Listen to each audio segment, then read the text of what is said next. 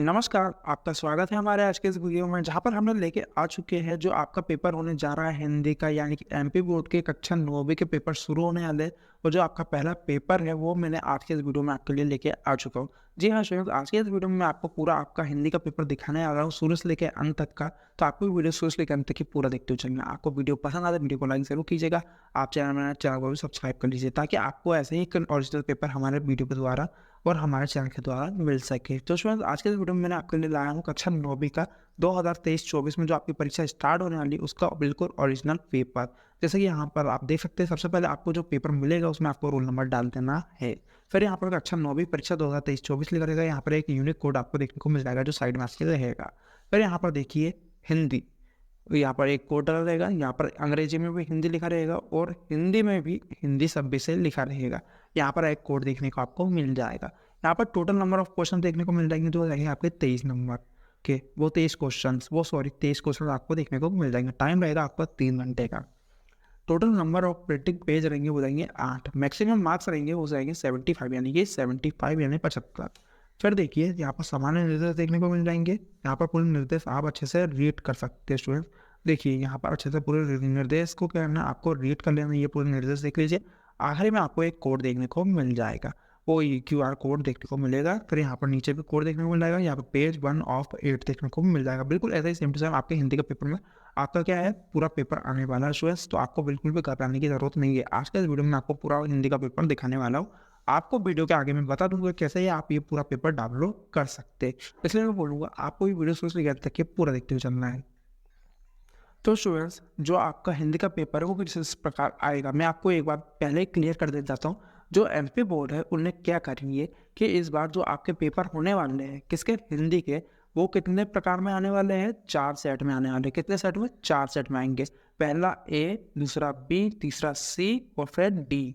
ये 3 वो 4 प्रकार में आपके सेट आएंगे जो ABCD में आएंगे। तो आप बोलोगे सर आपका ने जो सेट लाया है वो कौन सा है, तो मैं आपको एक बात बिल्कुल क्लियर कर देता हूँ। जो सेट मैंने लाया हूँ उसका सेट नंबर अभी मुझे पता नहीं चला। मैं आपको आगे इन्फॉर्म कर दूँगा, कंफर्म कर दूंगा कि कौन सा सेट मेरे पास आया है। बट आप इतना समझिए, आपके पास चाहे कोई भी सेट आए, आपको घबराने की जरूरत नहीं है। जो मैं पेपर आज आपको बताने वाला हूँ इसी में से वो पूरे के पूरे क्वेश्चन आपको देखने को मिलेंगे। आपको कोई भी सेट आ जाए, क्योंकि जो आपके सेट आएंगे उसमें क्या होंगे, खाली आपके जो नंबर रहेंगे क्वेश्चन के वो इधर उधर रहेंगे। बाकी जो जितने भी क्वेश्चन आएंगे, जितने भी क्वेश्चन आपको देखने को मिलेंगे आपके परीक्षा में, वो सारे सेम रहेंगे। तो आज मैं जो पेपर ले आया हूँ उसके पूरे ऑब्जेक्टिव हम अच्छे से बिल्कुल सोल्यूशन सहित देखने वाले हैं। तो चलिए शुरू करते हैं। तो देखिए यहाँ पर प्रश्न 1 दिया गया है। क्या दिया गया है, निम्नलिखित प्रश्नों में से सही विकल्प का चयन कर लिखिए। ये कितने नंबर के लिए पूछा जा रहा है आपसे, 6 नंबर के लिए।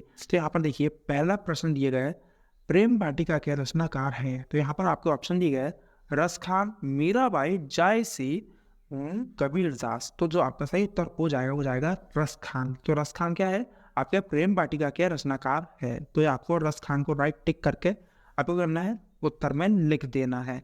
फिर देखिए यहाँ पर प्रश्न 2 दिया गया, प्रबंध काव्य के प्रकार होते हैं। तो प्रबंध काव्य के कितने प्रकार होते हैं आपको बताना है। तो यहाँ पर देखिए में क्या दिए गए, 2, 4, 3, 8। तो जो सही उत्तर आपका हो जाएगा वो जाएगा क्या, आपके कितने प्रबंध काव्य के प्रकार होते हैं, 3। तो 60 को राइट टिक करके उत्तर में लिख देना है। फिर यहाँ पर देखिए प्रश्न 3, जाबिर हुसैन का जन्म कब हुआ था। तो यहाँ पर देखिए आपको ऑप्शन दिए गए 1913 में, 1995 में, 1989 में, 1945 में। तो जो सही उत्तर आपका हो जाएगा वो जाएगा द नंबर यानी कि 1945 में। तो आपको इसको राइट टिक करके उत्तर में लिख देना है। फिर देखिए आपका अगला क्वेश्चन देखिए, यहाँ पर समास के प्रकार है। तो समास के कितने प्रकार है, 3, 4, 5, 6। तो इसका जो सही उत्तर आपका हो जाएगा वो क्या हो जाएगा, वो हो जाएगा समास के 6 प्रकार है। कितने प्रकार है, 6 प्रकार। तो आपको 6 को राइट टिक करके उत्तर में लिख देना है। फिर देखिए यहाँ पर रेणु के प्रसिद्ध आंचलिक उपन्यास का नाम है। तो यहाँ पर दिया मेला आंचल, गोदान, फिर पद्मावत, कामयानी। तो सही उत्तर आपका हो जाएगा रेणु के प्रसिद्ध आंचलिक उपन्यास का नाम मेला आंचल है। तो ए वाले को राइट टिक करके उत्तर में लिख देना है। फिर देखिए यहाँ पर प्रश्न 6 दिया गया है आपका। क्या दिया गया है, देखिए एकांकी में उमा की माँ का नाम है आभा, शोभा, दया, प्रेमा। तो जो सही उत्तर आपका हो जाएगा वो जाएगा प्रेमा यानी कि डामर, इसको राइट टिक करके उत्तर में लिख देना है। फिर देखिए यहाँ पर प्रश्न 2 आपके आ चुके हैं। निम्नलिखित रिक्त स्थान में से सही शब्द का चयन कर लिखिए, जो आपको 6 नंबर के लिए पूछा जाएगा। प्रश्न 1 है आपका, भारतीय आत्मा खालिस्तान को कहा जाता है? माखनलाल चतुर्वेदी, महादेवी वर्मा। तो इसका जो आपका सही उत्तर हो जाएगा वो जाएगा माखनलाल चतुर्वेदी। आपको माखनलाल चतुर्वेदी में राइट टिक करके उत्तर में लिख देना है। फिर प्रश्न 2 है, अलंकार का सामान्य अर्थ खालिस्तान है। तो अलंकार का उपयोग क्यों किया जाता है किसी शब्द में? तो उसका सिंपल सा अर्थ आपका हो जाएगा अलंकार का सामान्य अर्थ गहना है। तो हम किसी भी शब्द की शोभा बढ़ाने के लिए हम गहने का उपयोग करते हैं, यानी कि अलंकार का उपयोग करते हैं, जो क्या गहना की तरह या आभूषण की तरह उसको क्या करता है, मतलब कि दिखाता है। फिर प्रश्न 3 है, प्रेमचंद का जन्म खालिस्तान में हुआ है, वो हुआ। तो इसमें आपके ऑप्शन दिए बनारस, लाहौर। तो जो सही उत्तर आपका हो जाएगा प्रेमचंद का जन्म बनारस में हुआ है। फिर देखिए प्रश्न आपका दिए गए हैं, अगला प्रश्न देखिए यहाँ पर क्या दिया गया है, जानवरों में गधा सबसे ज़्यादा खालिस्तान समझा जाता है। तो जानवरों में गधा को सबसे ज़्यादा क्या समझा जाता है, बुद्धिमान समझा जाता है या बुद्धिहीन? वैसे साइंटिफिकली देखा जाए तो जो गधा जानवर होता है वो बहुत ज़्यादा बुद्धिमान माना जाता है साइंस के नज़रिए से। मगर हम हिंदी का पेपर दे रहे हैं तो हिंदी के अनुसार और समाज के अनुसार जो गधा होता है वो बहुत ज़्यादा बुद्धिहीन होता है। तो आपका राइट आंसर हो जाएगा बुद्धिहीन। फिर देखिए यहाँ पर प्रश्न 5 क्या दिया गया है। प्रश्न 5 आपका, कमल का पर्यायवाची शब्द खालिस्तान है। तो कमल का पर्यायवाची शब्द क्या है? पवन, पंकज। तो इसका जो सही उत्तर आपका हो जाएगा वो जाएगा पंकज। पर देखिए प्रश्न 6 दिए गए हैं आपका, 1967 की बाढ़ को खालिस्तान स्वयं भोगा था। तो किसने भोगा था, वो लेखक ने या लेखिका ने? तो इसका सही उत्तर आपका हो जाएगा लेखक ने। पर देखिए यहाँ पर आपके अगला प्रश्न देखते हैं। तो यहाँ से प्रश्न 3 शुरू हो जाएगा, जो है निम्नलिखित जोड़ियों का सही मिलान कर लिखिए। तो यहाँ पर स्तंभ आए 6 मार्क्स के लिए आपसे ये क्वेश्चन पूछा जा रहा है। तो यहाँ पर देख लीजिए कि आपके पूरे क्वेश्चन दिए गए हैं। देखिए रातों रात को आप किससे मिलाएंगे? तो यहाँ पर मिलान करना है आपको रातों रात को। तो इसका सही उत्तर आपका हो जाएगा रात ही रात में। फिर देखिए यहाँ पर आपका निरोग का जो सही जोड़ी आपकी मिल जाएगी वो जाएगी विसर्ग संधि से।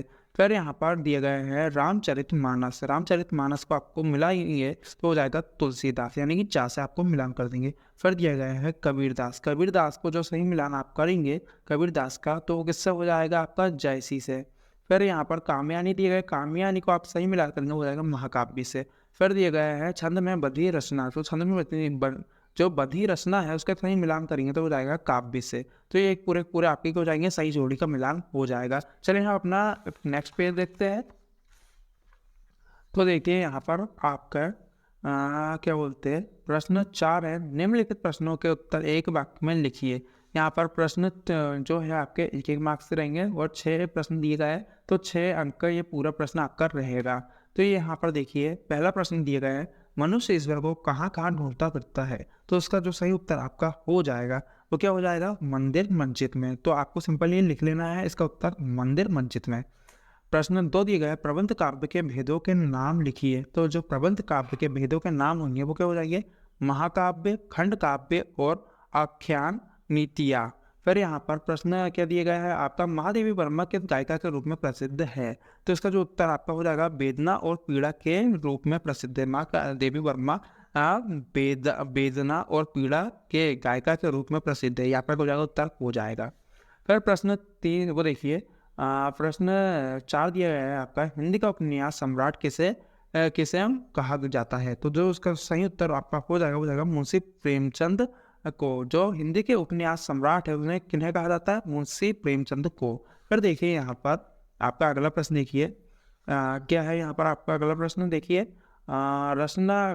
रचना के आधार पर वाक्य के कितने भेद होते हैं। तो रचना के आधार पर वाक्यों के कितने भेद होते हैं, 3 भेद होते हैं। फिर देखिए यहाँ पर आपका अगला प्रश्न दिया गया 6वां, वो क्या दिया, पान वाले की बिक्री अचानक क्यों बढ़ गई थी।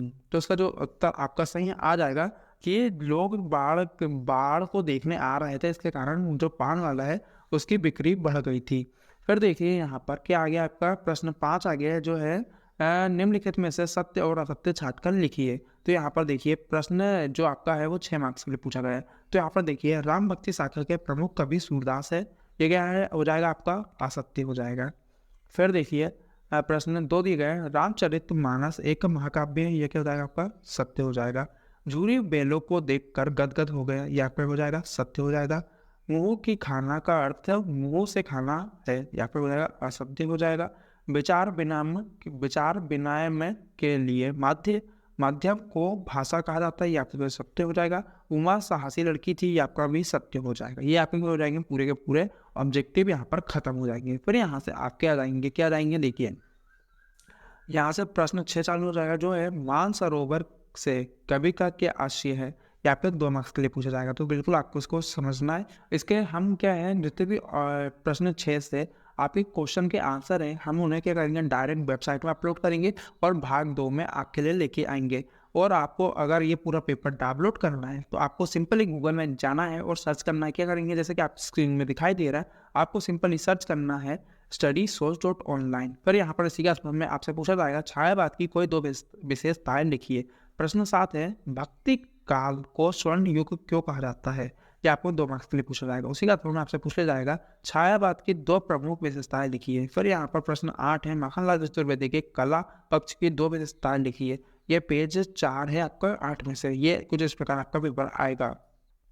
फिर इसी में अथवा में देखेंगे हम, इसी में देखिए सुमित्र नंदन पंत के भाव सौंदर्य की 2 विशेषताएं लिखिए। यहाँ पे तो जाएगा क्वेश्चन हो जाएगा।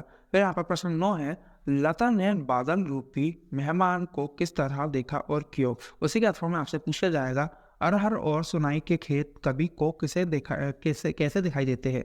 जो अरहर और सुनाई के खेत हैं कवि को कैसे दिखाई देते हैं आपको बताना है। इन सब के हम आंसर अपने वेबसाइट में डायरेक्ट अपलोड करेंगे और इसके पार्ट 2 में हम आपको अच्छे से बताएंगे, एक्सप्लेन करेंगे। तो मुझे कमेंट करके बताइए कि वीडियो कैसा लग रहा है और पार्ट 2 कितनी जल्दी चाहिए। तो यहाँ पर प्रश्न 10 दिया गया है आपको, नई कविता के 2 कवियों के नाम एवं उनकी एक एक रचना का नाम लिखिए। यह भी आपको 2 मार्क्स के लिए पूछा जाएगा। उसके अथवा में आपसे पूछा जाएगा कवि रसखान के भाव सौंदर्य की 2 विशेषताएं लिखिए। फिर प्रश्न 11 देख लीजिए, पंडित जगन्नाथ के अनुसार काव्य की परिभाषा लिखिए। फिर उसी के अथवा में आपसे पूछा जाएगा काव्य किसे कहते हैं, उसके भेदों के नाम लिखिए। फिर यहाँ पर प्रश्न 12 दिए, छोटी बच्ची को बेलों के प्रति प्रेम क्यों उमड़ आया। फिर उसी के अथवा में आपसे पूछा जाएगा कांजी होज में कैद पशुओं की हाजिरी क्यों ली जाती थी। तो इसे आपको बता देना है, जो कांजी होज था वहाँ पे जो पशु थे उनकी हाजिरी क्यों लगाई जाती थी, आपको बताना है।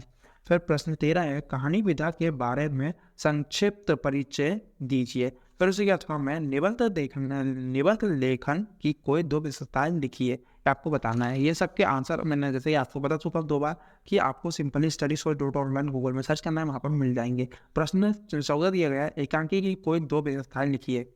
सर यहाँ पर प्रश्न वो एकांकी की 2 विशेषताएं लिखिए। तो उसी के अथवा में आपसे पूछा जाएगा, क्या पूछा जाएगा, प्रेमचंद के साहित्य की कोई 2 विशेषताएं लिखिए। फिर यहाँ पर प्रश्न 15 है, सलीम अली पक्षी प्रेमी कैसे बने, लिखिए। फिर उसी के अथवा में पूछ लिया जाएगा किस घटना ने सलीम अली के जीवन की दिशा को बदल दिया।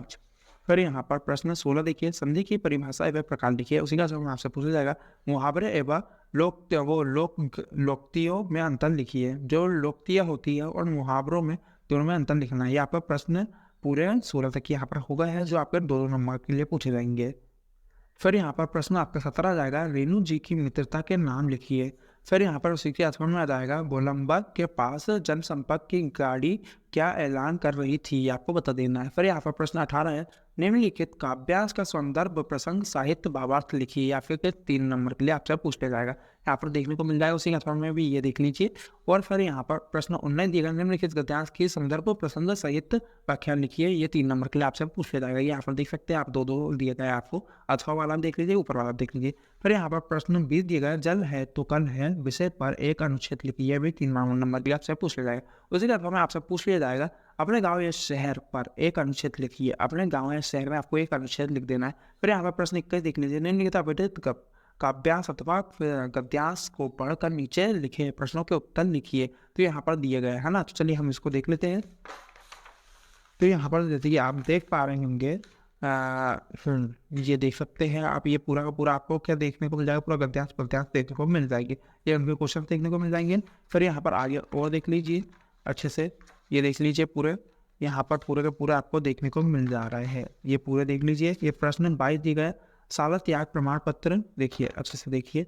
प्रश्न 22 दिया गया है, शाला प्रमाण व शाला त्याग प्रमाण पत्र प्राप्त करने हेतु अपने विद्यालय के प्राचार्य के नाम से आवेदन पत्र लिखिए। फिर उसी के अथवा में आपसे पूछेगा, अपने विद्यालय के प्रचार को शाला शुल्क के से मुक्ति हेतु आवेदन पत्र लिखिए। यहाँ पे 4 मार्क्स के लिए आएगा। फिर यहाँ से आपका लास्ट प्रश्न आ जाएगा, जो आपका एंड रहेगा पेपर का, जो हो जाएगा आपका प्रश्न 23, निम्नलिखित विषयों में से किसी एक विषय पर रूपरेखा सहित सारगर्भिक निबंध लिखिए। जो है आपके ऑप्शन दिए गए हैं, मेरे प्रिय पुस्तक, जीवन में खेलों का महत्व, विद्यार्थी जीवन में अनुशासन, दैनिक जीवन में इंटरनेट का महत्व, स्वच्छ भारत अभियान। ये पूरा क्या हो जाएगा, आपके निबंध आ जाएंगे। इनको अच्छे से आपको तैयार कर लेना है। यहीं पर आपका पूरा का पूरा पेपर क्या होता है, खत्म हो जाएगा। ये देख सकते हैं, ये पेज 8 ऑफ 8 हो जाएगा। तो मैं उम्मीद करता हूँ कि आपका हमारा ये वीडियो पसंद आया। अगर आपको वीडियो पसंद आता है, इस वीडियो को लाइक जरूर कीजिएगा। चैनल को सब्सक्राइब कर लीजिएगा।